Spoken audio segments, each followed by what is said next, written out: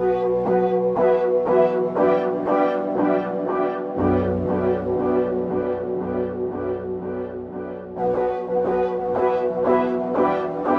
दोस्तों, टिकिक मीडिया में आप सबका स्वागत है। दोस्तों, यह एक मर्डर मिस्ट्री है, धर्म के नाम पे चलने वाले अधर्मी काम। यह एक ऐसी घटना है जो इंसान की हैवानियत को सही शब्दों में दर्शाती है, जिसे छुपाने के लिए सारी कोशिशें भी चल रही थी। नेता और बड़े बड़े पुलिस अधिकारी भी इस घटना में शामिल थे, पर जिसे हम नीच नज़र से देखते हैं, वैसा एक सामान्य चोर किसी की दबाव में नहीं आया और न्याय के साथ खड़ा रहा। इस मिस्ट्री की गुत्थी को सुलझाने में बहुत ही बड़ा भागीदार बन गया।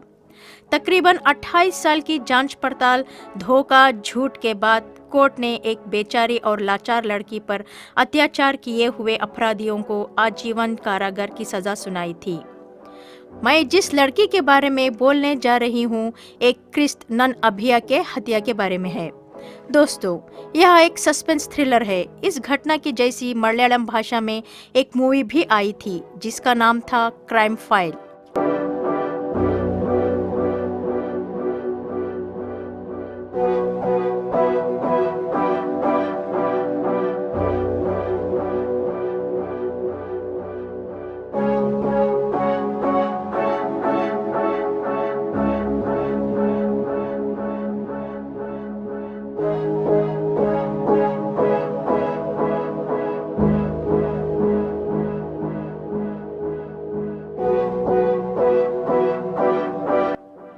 ह्यूमन राइट्स ऑर्गेनाइजेशन, बड़े बड़े मिनिस्टर्स, पत्रकार, पुलिस अधिकारियां और ऐसे बहुत सारे लोग इस केस की तह तक पहुंचने में और एक अमायक लड़की को इंसाफ दिलाने में कामयाब हो ही गए।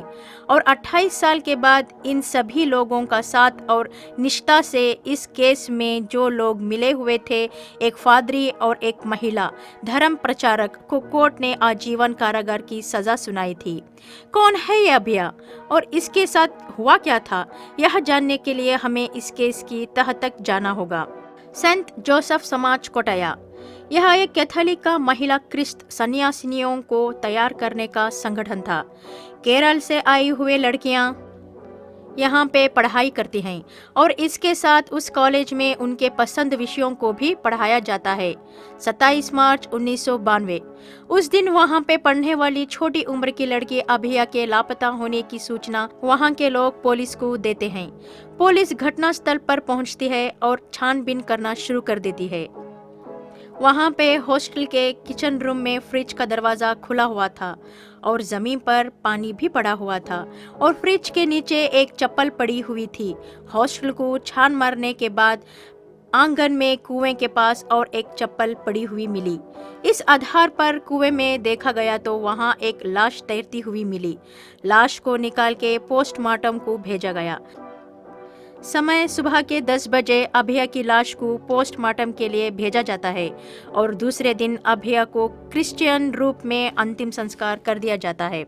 कुछ दिन बाद पोस्टमार्टम की रिपोर्ट आती है। उसमें यह लिखा होता है कि कुएं में गिरते समय कंधे पर खरोश आए हैं और कान के पीछे खून का निशान है। पानी पीने के कारण इसकी मौत हुई है। इसके ऊपर कोई यौन शोषण नहीं हुआ है और इस रिपोर्ट के आधार पर यह एक खुदकुशी का केस बना और पुलिस भी इस केस को बंद करना चाहती थी। पर यह खुदकुशी नहीं है, इस पे बहस चली, विवाद होने शुरू हुए। अभिया के केस को न्याय मिले, इसके लिए क्रिस्ट संगठन के छात्रों ने मुख्यमंत्री को खत लिखा कि छानबीन फिर से शुरू करे। इस केस को केरला के सीबीआई ब्रांच को सौंप दिया जाता है और इस केस की जवाबदारी ली डीवाईएसपी केटी माइकल। और फिर छानबीन करने के बाद कोर्ट को यह रिपोर्ट दी कि अभिया मानसिक समस्या से गुजर रही थी। इसके चलते हुए उसने आत्महत्या कर ली है। जो बॉडी पर निशान हैं वह कुएं में गिरते समय हुए हैं और कुछ नहीं। और यहाँ पे फिर से केस को बंद करने की कोशिश चल रही थी।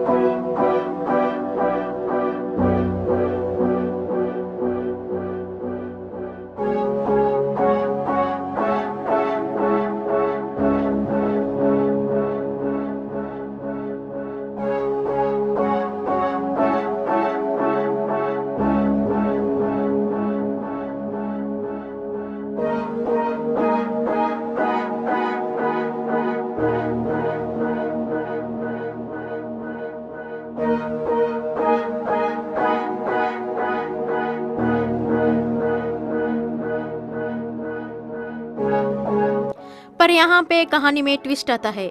जुमन, जो ह्यूमन राइट्स के अधिकारी थे, कोर्ट में कहते हैं कि यह सिर्फ आत्महत्या नहीं है, कुछ और ही है। इसके बाद प्रतिभटनें भी शुरू हो गए, न्याय के लिए बड़ी लड़ाई भी शुरू हुई। इसका कारण कोर्ट ने सीबीआई को फिर से छानबीन करने का आदेश देती है। दोस्तों, हम सीबीआई का गुणगान गाते हैं और हम उन पे अंधविश्वास भी रखते हैं कि वो हमें इंसाफ दिलाएगी, लेकिन इस केस में ऐसा कुछ नहीं हो रहा था। और यहाँ पे वही घटना फिर से पुलिस ने दोहराई। जो पुलिस ने कोर्ट को पहली रिपोर्ट पेश की थी, वैसी ही रिपोर्ट सीबीआई ने फिर से कोर्ट को दी, लेकिन कोर्ट ने इस रिपोर्ट को स्वीकार नहीं किया। फिर दूसरी टीम ने इस केस की छानबीन करके एक और रिपोर्ट देती है। इसमें लिखा है कि अभिया ने आत्महत्या नहीं की, उसकी हत्या हुई थी, लेकिन उसको किसने मारा है अभी नहीं पता चला है। फिर कोर्ट ने सीबीआई को सख्त कार्रवाई करने का हुक्म दिया। इसके लिए एक और टीम तैयार होती है।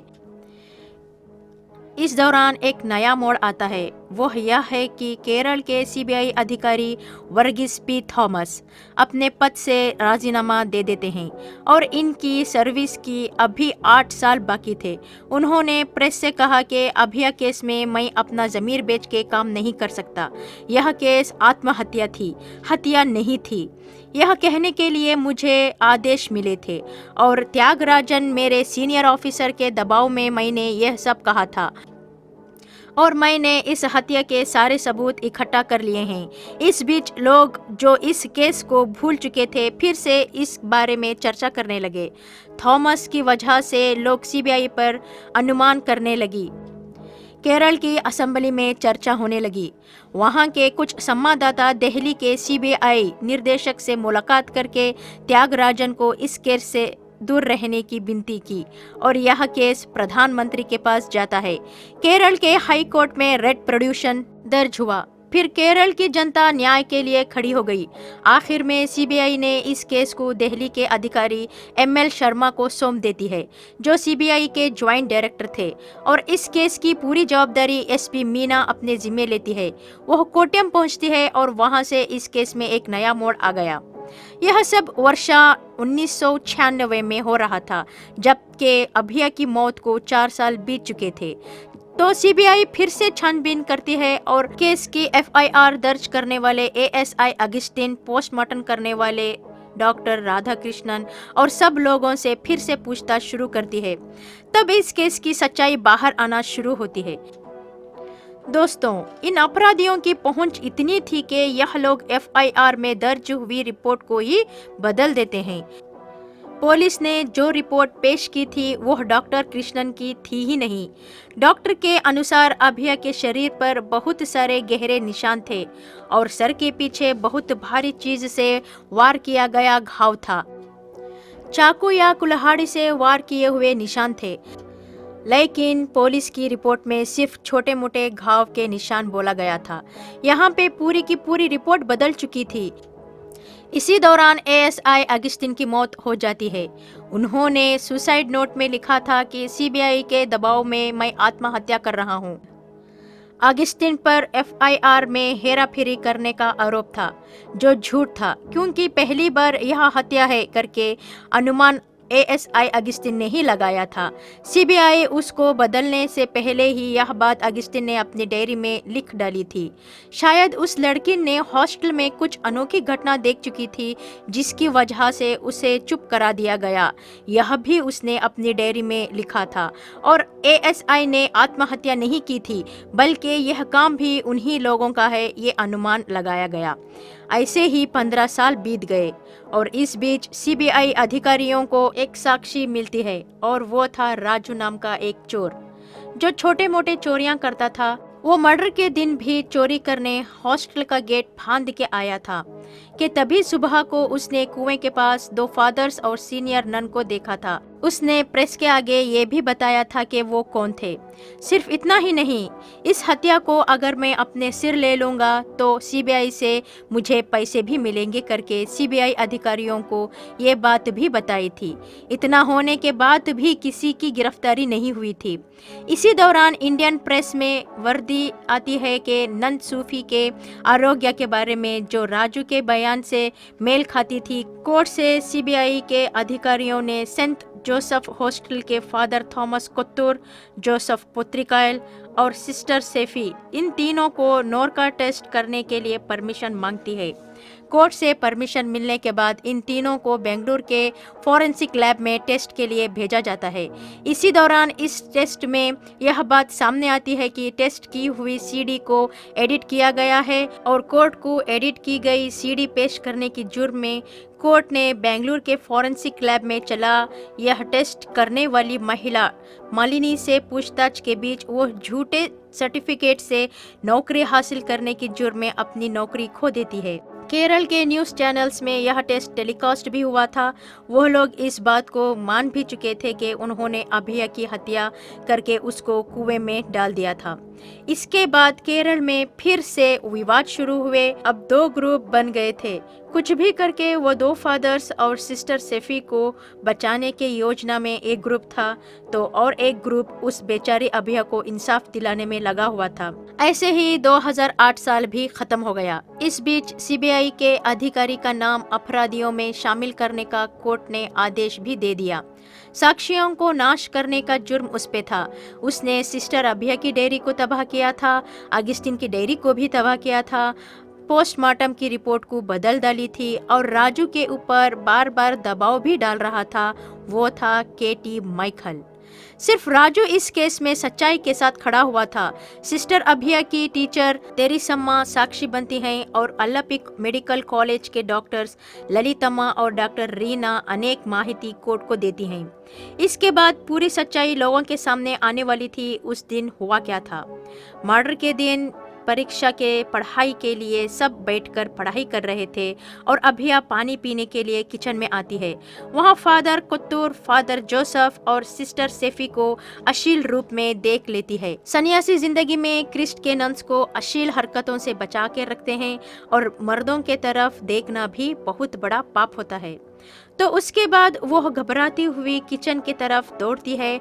वो तीनों उसे देख लेते हैं और उसका पीछा करते हैं और अपना नाम खराब हो जाने के डर से सिस्टर सेफी कुल्हाड़ी से उसके सर के पीछे 3 बार वार करती है और बेहोश हुई अभिया को वो तीनों उठा के कुएं में डाल देते हैं और अनजान बन के अपने कमरे की तरफ चले जाते हैं।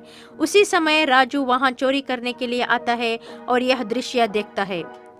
तो उस सिस्टर सेफी और 2 फादर्स के साथ शारीरिक संबंध थे, ये कोर्ट में प्रूफ करना था। तो सेफी ने ह्यूमन प्लास्टिक सर्जरी करवा लिया था। इस सर्जरी से बॉडी में बाहर आने वाले चांसेस नजर नहीं आते और इस बात को डॉक्टर्स ने बयान दिया था। इसके बाद सिस्टर सेफी और फादर जोसेफ को सीबीआई कोर्ट में अपराधी घोषणा कर देते हैं और उन्हें आजीवन कारागार की सजा सुनाते हैं। थोड़े कम सबूत होने की वजह से फादर पुत्रिकायल को निर्दोषी करार दिया गया, पर सीबीआई हाई कोर्ट फिर से योजना याचित कर रही है। भाइयों, 28 साल के बाद अभिया केस में पहली चरण को न्याय मिला है क्योंकि जजमेंट सीबीआई कोर्ट ने लिया है और इसे फिर से हाई कोर्ट में चलेगा, ये तय किया जाएगा। यहाँ पर सब बिक गए, लेकिन एक मामूली सा चोर राजू सत्य के साथ खड़ा रहा। दोस्तों, यह थी सिस्टर अभिया की कहानी। अगले वीडियो में नई कहानी के साथ मिलेंगे। तब तक के लिए जय हिंद, जय कर्नाटका।